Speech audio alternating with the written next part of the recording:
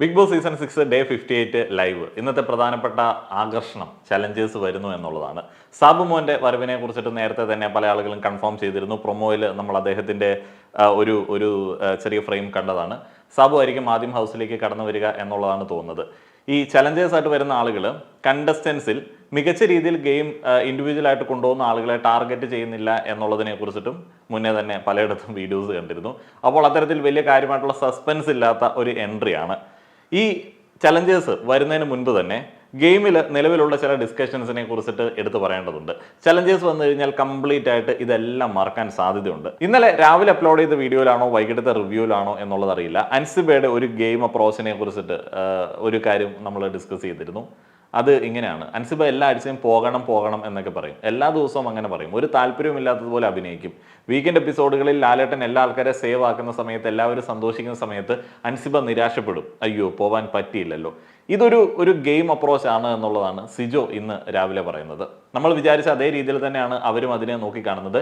എന്നാൽ ചെറിയൊരു വ്യത്യാസമുണ്ട്. കണ്ടസ്റ്റൻസിൽ പല ആളുകളും അൻസിബ ഒരു മികച്ച ഗെയിമറാണ് എന്ന് ചിന്തിക്കുന്നുണ്ട്. നമ്മൾ ആ ഒരു രീതിയിൽ ചിന്തിച്ചിരുന്നില്ല. ശരിയാണ്, സിജോയുടെ ആ ഒരു അനാലിസിസ് ചിലപ്പോൾ ശരിയാവാൻ സാധ്യതയുണ്ട്. കണ്ടസ്റ്റൻസ് നോക്കുന്ന സമയത്ത് പോകണമെന്ന് എപ്പോഴും പറയുന്ന അൻസിബയ്ക്ക് പോകാൻ പറ്റുന്നില്ല. പ്രേക്ഷകർ പിടിച്ചു നിർത്തുന്ന അസാധ്യ ഗെയിമറാണ് അൻസിബ എന്ന് പല ആളുകളും വിചാരിക്കുന്നുണ്ടായിരിക്കാം എന്നുള്ളതാണ് സിജോ പറയുന്നത്. ഏതായാലും പവർ റൂമിന്റെ ഒരു മെയിനായിട്ടുള്ള കടിഞ്ഞാൺ എന്ന് പറയുന്നത് അൻസിബയുടെ അടുത്താണ്. അൻസിബ പറയുന്നതാണ് പവർ റൂമിൽ നടക്കുന്നത്. അൻസിബ ആൻഡ് നോറ പറയുന്നത് പോലെയാണ് ഋഷി കാര്യങ്ങളൊക്കെ നോക്കിക്കാണുന്നത്. ഇതിനോടൊപ്പം സിജോ ആഡ് ചെയ്തൊരു സംഗതിയുണ്ട്. ഒട്ടും ഗെയിം കളിക്കാത്ത പവർ റൂമിലേക്ക് വന്ന ഒരാളാണ് അൻസിബ. ഒട്ടും കളിക്കാത്ത ഒരാളെ പവർ റൂമിലേക്ക് എടുക്കണമെന്നുണ്ടെങ്കിൽ അയാൾ ഒരു മികച്ച ഗെയിമറാണ് എന്ന ചിന്ത ഋഷിക്ക് ഉള്ളതുകൊണ്ടാണ്. ഈ ആഴ്ച വളരെ പ്രധാനപ്പെട്ട ഒരാഴ്ചയാണ്. പവർ റൂമിനും വളരെ ക്രൂഷ്യൽ ആയിട്ടുള്ള ഒരാഴ്ചയാണ്. ഇപ്പോൾ പവർ റൂമിലുള്ള ആളുകൾ അത്രയധികം പോസിറ്റീവായിട്ട് ഈ ആഴ്ച താണ്ടും എന്ന് തോന്നുന്നില്ല. കാരണം പവർ റൂമും ഉണ്ട്, പവർ റൂമിന്റെ പവേഴ്സും ഉണ്ട്, കൂടാതെ ഹോട്ടൽ നടത്തുക എന്ന് പറയുന്ന ഒരു ഉത്തരവാദിത്വമുണ്ട്. വരുന്ന ഗസ്റ്റുകൾ ടാർഗറ്റ് ചെയ്യാൻ പോകുന്ന പല ആളുകളും ഈ ഹോട്ടൽ മാനേജ്മെന്റിലാണ് ഉള്ളത്. ബാക്കിയുള്ള ആളുകളെ ടാർഗറ്റ് ചെയ്യാനായിട്ടുള്ള സാധ്യത ഗെയിമിന്റെ പെർസ്പെക്റ്റീവിൽ നോക്കുന്ന സമയത്ത് ഇല്ലതാനും. അപ്പോൾ സേഫ് ആയിട്ട് ഒളിച്ചിരിക്കുന്ന ആളുകളെ പുറത്തേക്ക് കൊണ്ടുവരിക എന്നുള്ള ടാസ്ക് ആവുന്ന സമയത്ത് പവർ റൂമിലുള്ള പല ആളുകളും എന്ന് പറഞ്ഞാൽ ഹോട്ടൽ മാനേജ്മെന്റിലുള്ള പല ആളുകളും പരിങ്ങലാവാൻ സാധ്യതയുണ്ട്. മോർണിംഗ് ആക്ടിവിറ്റിയിൽ അധികം ആളുകൾ ശ്രദ്ധിക്കാതെ പോയ ഒരു സംഭവം പിന്നീട് ഒരു പ്രശ്നമായി. അത് ശരണ്യ ആൻഡ് അപ്സര തമ്മിലുള്ളതാണ്. ഈ ശരണ്യ ആൻഡ് അപ്സരയെ തമ്മിലടിപ്പിക്കുന്നതിനകത്ത് ഒരു ഗെയിമുണ്ട് എന്ന് പറഞ്ഞ് വിശ്വസിപ്പിച്ച ഒരാളാണ് അൻസിബ. അതിനകത്ത് ഒരു ഗെയിമും ഇല്ല. അൻസിബയുടെ ഒരു ഗെയിം എന്ന് പറയുന്നത് ഗംഭീര ഒരു ഗെയിമാണെന്ന് എനിക്ക് തോന്നിയിട്ടില്ല. അൻസിബ ഒരു ടിപ്പിക്കൽ കുത്തിത്തിരിപ്പ് നമ്മുടെയൊക്കെ നാട്ടിൻപുറത്ത് കാണുന്ന ഒരാൾ മാത്രമാണ്. അതൊരു ഗെയിമറല്ല. പവർ ടീമിനെ പക ടീമാക്കിയ ഒരു വ്യക്തിയാണ് അൻസിബ. അതിനകത്ത് ഒരു ഗെയിം എനിക്ക് പേഴ്സണലി ഫീൽ ചെയ്യുന്നില്ല. ശരണ്യ ആൻഡ് അപ്സര എന്നീ സുഹൃത്തുക്കളെ തമ്മിലടിപ്പിക്കുന്നത് കൊണ്ട് ഗെയിമിൽ എന്ത് ബെനിഫിറ്റ് ആണ് അവർക്ക് കിട്ടുന്നത് എന്നുള്ളത് എനിക്ക് അറിയാൻ പാടില്ലാത്ത ഒരു സംഗതിയാണ്. അതേപോലെ ഇപ്പോൾ അവരുടെ ഒരു ഗെയിം ലീഡ് ചെയ്ത് നിൽക്കുന്ന ഒരവസ്ഥയില്ല. വേറെ ഇഷ്ടം പോലെ ഗെയിമേഴ്സ് ഉണ്ട്. അവരൊന്നും ബ്രേക്ക് ചെയ്യാതെ ഇവരെ ബ്രേക്ക് ചെയ്യുക എന്ന് പറയുന്നത് പക ടീമിന്റെ സ്ട്രാറ്റജിയാണ്, അല്ലാതെ പവർ ടീമിന്റെ സ്ട്രാറ്റജി അല്ല. അത് അൻസിബയുടെ സ്ട്രാറ്റജിയാണ്. ഏതായാലും അൻസിബയുടെ പ്ലാൻ പോലെ തന്നെ ഇന്ന് അപ്സര ആൻഡ് ശരണ്യ തമ്മിൽ രാവിലെ വീണ്ടും ഒരു ചെറിയ സ്വരച്ചേർച്ചയിലേക്ക് വരികയാണ്. മോർണിംഗ് ആക്ടിവിറ്റിയിൽ ഈ ബി ഹോട്ടൽ ടാസ്കിൽ ചെയ്യേണ്ട ഡ്യൂട്ടികൾ വീതിച്ചു കൊടുക്കുകയാണല്ലോ.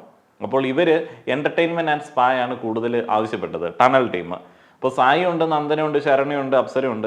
അപ്പോൾ ഇവരെല്ലാം ഈ കാര്യങ്ങൾ പറഞ്ഞ് പവർ ടീമിനെ കൺവിൻസ് ചെയ്യുന്ന സമയത്ത് ശരണ്യയ്ക്ക് കൂടുതൽ സംസാരിക്കാൻ സ്പേസ് കിട്ടിയില്ല എന്നുള്ളതാണ് ശരണ്യയുടെ പരാതി. അപ്സര അവസരങ്ങൾ തട്ടിയെടുക്കുന്ന ഒരാളാണ് എന്ന് പിന്നീട് ശരണ്യ പലയിടത്തും പറയുകയുണ്ടായി. ഓൾറെഡി ഒരു മോർണിംഗ് ആക്ടിവിറ്റിയിൽ അവസരങ്ങൾ തട്ടിയെടുക്കുന്ന ആൾ എന്ന് ശ്രീരേഖ കണ്ട് അപ്സരയെ കുറിച്ച് പറഞ്ഞിരുന്നു. അപ്പോൾ ശരണ്യ പറയുകയാണ് അത് ശരിയാണ് എന്നുള്ളത്. പക്ഷെ അത് ആരും ശ്രദ്ധിക്കാത്ത ഒരു സംഗതിയാണ്. ബാക്കിയുള്ള ടീംമേറ്റ്സിന് ആർക്കും ഫീൽ ചെയ്തില്ല. ശരണ്യ പറയുന്നത് ഇതൊരു ഇൻഡിവിജ്വൽ ഗെയിമാണ്, എന്തുകൊണ്ട് എനിക്ക് സംസാരിക്കാനായിട്ടുള്ള സ്പേസ് കിട്ടിയില്ല. പക്ഷെ എനിക്ക് പേഴ്സണലി തോന്നിയത് സംസാരിക്കേണ്ട കാര്യങ്ങൾ മാത്രം സംസാരിച്ച് എത്രയും പെട്ടെന്ന് തങ്ങൾക്ക് ഇഷ്ടപ്പെട്ട ആ ഒരു ഡ്യൂട്ടീസ് കരസ്ഥമാക്കാൻ വേണ്ടി അപ്സര പെട്ടെന്ന് എല്ലാം കൂടെ ക്രോഡീകരിച്ചൊന്ന് പറഞ്ഞു.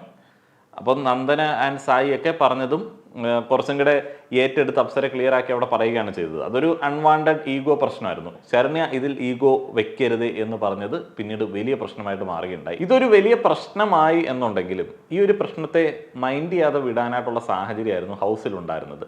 അതിൻ്റെ ആവശ്യം ഉണ്ടായിരുന്നില്ല. അവർ തമ്മിലുള്ള ഒരു പ്രശ്നത്തെ വലിയൊരു പ്രശ്നമാക്കേണ്ട ഒരു ആവശ്യം അവിടെ ഉണ്ടായിരുന്നില്ല. ഇവരെ തമ്മിലടിപ്പിക്കുക എന്ന് പറയുന്ന ഒരു കാര്യത്തെക്കുറിച്ചിട്ട് വ്യക്തമായി ധാരണയുള്ള ആളുകളാണ് Resmin and നോറയൊക്കെ.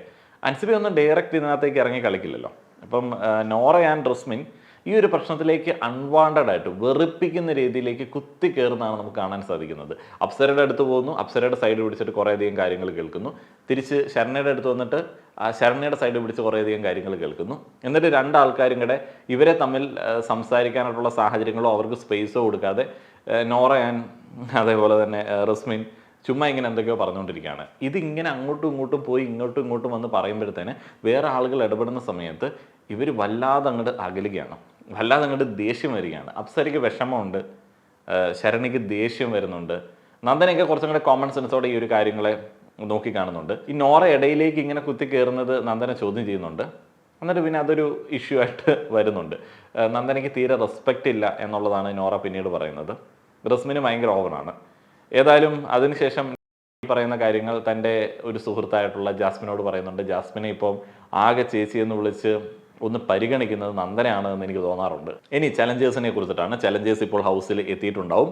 Big boss hotel day 1 ആണ് എന്ന് ബിഗ് ബോസ് അനൗൺസ് ചെയ്യുന്നു. പലതരം സ്വഭാവമുള്ള പലയിടത്തു നിന്ന് വരുന്ന അതിഥികളാണ്. അപ്പോൾ ആ ഒരു അതിഥികളെ നല്ല രീതിയിൽ സൽക്കരിക്കുക എന്ന് പറയുന്നത് ഹൗസിലുള്ള എല്ലാ ആളുകളുടെയും ഡ്യൂട്ടിയാണ്. ഇത് പവർ ചലഞ്ചിൻ്റെ ഭാഗമാണ്. ഏറ്റവും കൂടുതൽ സൽക്കരിച്ച് ഏറ്റവും കൂടുതൽ ടിപ്പുകൾ, അതായത് BB കോയിൻസ് കരസ്ഥമാകുന്ന ടീമായിരിക്കും അടുത്ത ആഴ്ച പവർ റൂമിലേക്ക് വരിക. ഈ പവർ റൂം കോൺസെപ്റ്റ് ഭയങ്കര നെഗറ്റീവാണ് എന്ന് കണ്ടസ്റ്റൻസ് ശരിക്കും റിയലൈസ് ചെയ്യുന്നിടത്ത് ഈ ഗെയിമിൻ്റെ രസങ്ങൾ പോകാൻ സാധ്യതയുണ്ട്. ശരിക്കും പണിയെടുക്കാതിരിക്കാമെന്ന് പറയുന്ന ഒരു അഡ്വാൻറ്റേജ് കൊണ്ടാണ് പല ആളുകളും പവർ റൂമിലേക്ക് കയറുന്നത്. പിന്നെ എവിക്ഷൻ ഫ്രീ ആവുക. പക്ഷേ ഒരാഴ്ച എവിക്ഷൻ ഫ്രീ ആയി കഴിഞ്ഞാൽ അടുത്ത ആഴ്ച കൂട്ട നോമിനേഷൻ കിട്ടാൻ സാധ്യതയുണ്ട് പവർ റൂമിൽ നിൽക്കുന്ന സമയത്ത്. റസ്മിനൊക്കെ ഭയങ്കര ലക്കമുള്ളൊരു കണ്ടസ്റ്റൻ്റ് ആണ്. ഏതായാലും ബസർ ടു ബസർ പരിപാടിയാണ് ഹോട്ടൽ ടാസ്ക്. അതുകൊണ്ട് ഇടയ്ക്ക് വേറെ ഡിസ്കഷൻസിനൊക്കെ സാധ്യതയുണ്ട്. ഇപ്പോൾ കോസ്റ്റ്യൂംസ് ഒക്കെ വന്നിരിക്കുകയാണ്. വവ്വാലിന് ഫ്ലൂറസെൻ്റ് കളർ അടിച്ചതുപോലെയുള്ള കുറേ കോസ്റ്റ്യൂംസ് ഒക്കെയാണ് അവിടെ. എനിക്ക് തോന്നുന്നു എൻ്റർടൈനേഴ്സിനായിരിക്കും അല്ലേ അവർക്ക് കൊടുത്തു വിട്ടിരിക്കുന്നത്. പിന്നെ ബാക്കിയുള്ള സെറ്റപ്പുകളെല്ലാം അറേഞ്ച്ഡ് ആയിട്ടുണ്ട്. അവിടെ എന്താ റിസപ്ഷൻ, ബാക്കിയുള്ള കാര്യങ്ങൾ, ഡയറക്ഷൻ ബോർഡുകളൊക്കെ സെറ്റാക്കിയിട്ടുണ്ട്. എല്ലാ ആളുകൾക്കും ഈ ഡ്രസ്സാണോ എന്നുള്ളത് അറിയില്ല. നമുക്ക് കാത്തിരുന്ന് കാണാം. നന്ദി.